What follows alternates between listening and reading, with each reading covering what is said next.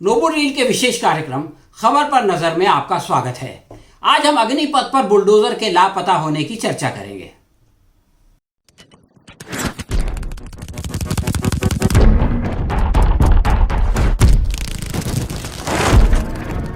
दोस्तों, केंद्र सरकार के अग्निपथ पर फिलहाल अग्निवीरों का तांडव जारी है।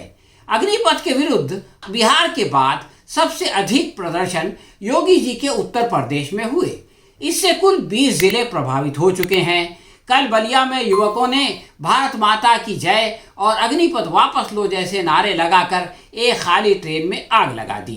कुछ और ट्रेनों में तोड़फोड़ भी की गई। इसके बाद पुलिस ने प्रदर्शनकारियों पर लाठीचार्ज करके उन्हें रफा दफा किया।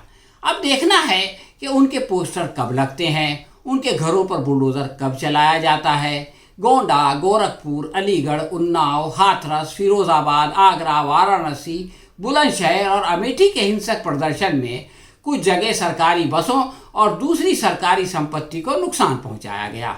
अब लोग देखना चाहते हैं और इंतजार कर रहे हैं कि सरकारी संपत्ति के नुकसान की भरपाई कब और कैसे की जाती है। मुसलमान अगर प्रदर्शन करके की घोषणा करें तो मुख्यमंत्री योगी आदित्यनाथ प्रशासन को इसे सख्ती से कुचलने का आदेश देते हैं, परंतु जब दूसरे युवक प्रदर्शन के लिए मैदान में आए तो बड़ी नरमी से समझाया जाता है।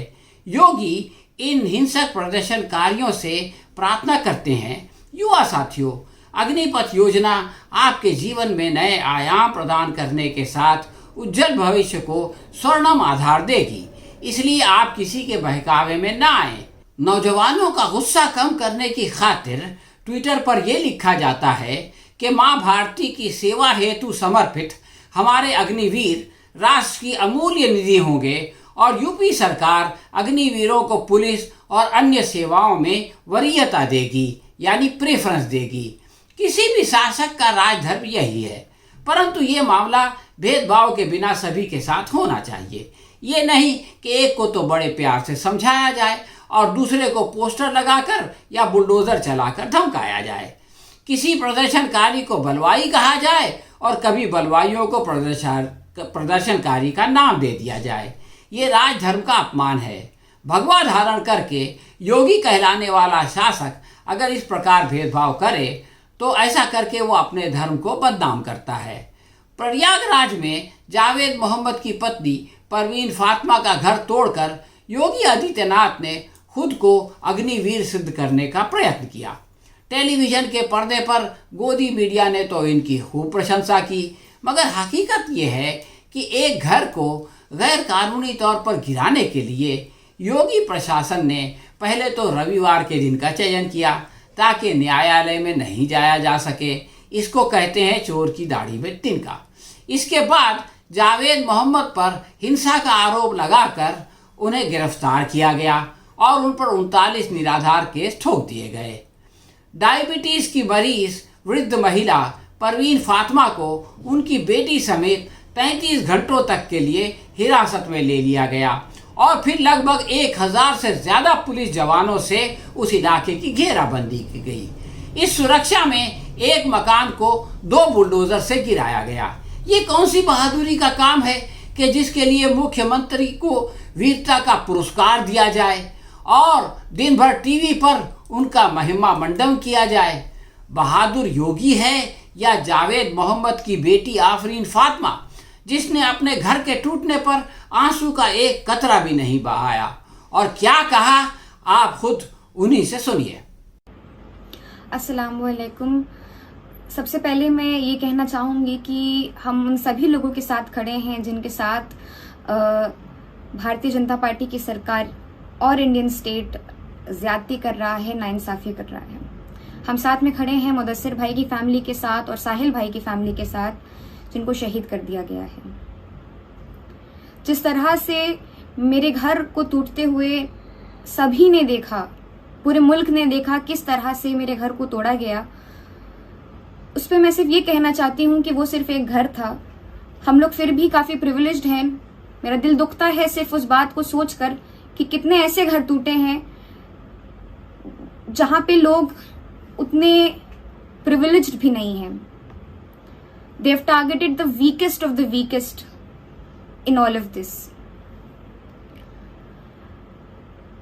सबसे पहले मैं ये बताना चाहती हूँ कि मेरे अब्बू जनाब जावेद मोहम्मद साहिब बिल्कुल निर्दोष हैं। उनको फंसाया गया है और उनको सजा दी जा रही है इस बात की कि वो एक वोकल मुस्लिम कम्युनिटी के मेंबर हैं इलाहाबाद शहर में।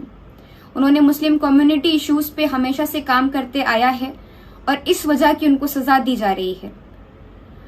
मेरी अम्मी और मेरी बहन को इल्लीगली डिटेन कर कर पुलिस ने, प्रशासन ने ये साफ साफ वाजे कर दिया है कि वो किसी भी स्तर तक गिर सकते हैं मुसलमानों को परेशान करने के लिए। रात में 12:30 बजे आकर मेरी माँ और मेरी बहन को पुलिस ले जाती है और अगले 30 घंटे तक उनकी लोकेशन डिस्क्लोज नहीं करती है, उनको वहां पे ह्यूमिलिएट करती है, अब्यूज करती है। साथ ही साथ मैं ये कहना चाहती हूँ कि ये सिर्फ मेरे परिवार के साथ नहीं हो रहा है। This is not just happening to my family, this is happening to Muslims across India. और ये बहुत ही अलार्मिंग ट्रेंड है, ये बहुत ही डिस्टर्बिंग ट्रेंड है। किस तरह से मुसलमानों को परेशान किया जा रहा है, उनके ऊपर जुल्म और ज्यादती और तशद्दुद किया जा रहा है।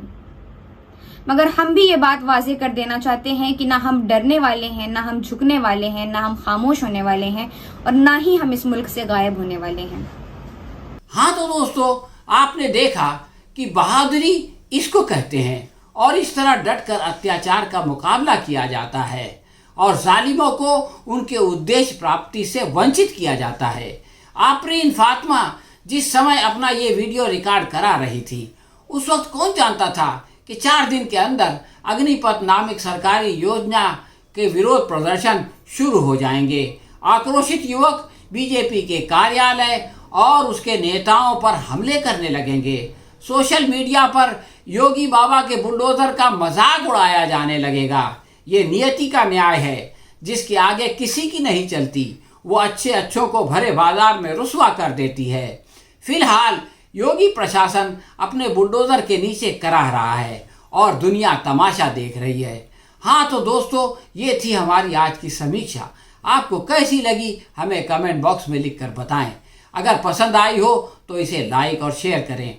हम बहुत जल्द किसी नए विषय को लेकर आपकी सेवा में फिर उपस्थित होंगे। तब तक के लिए आज्ञा दीजिए। धन्यवाद।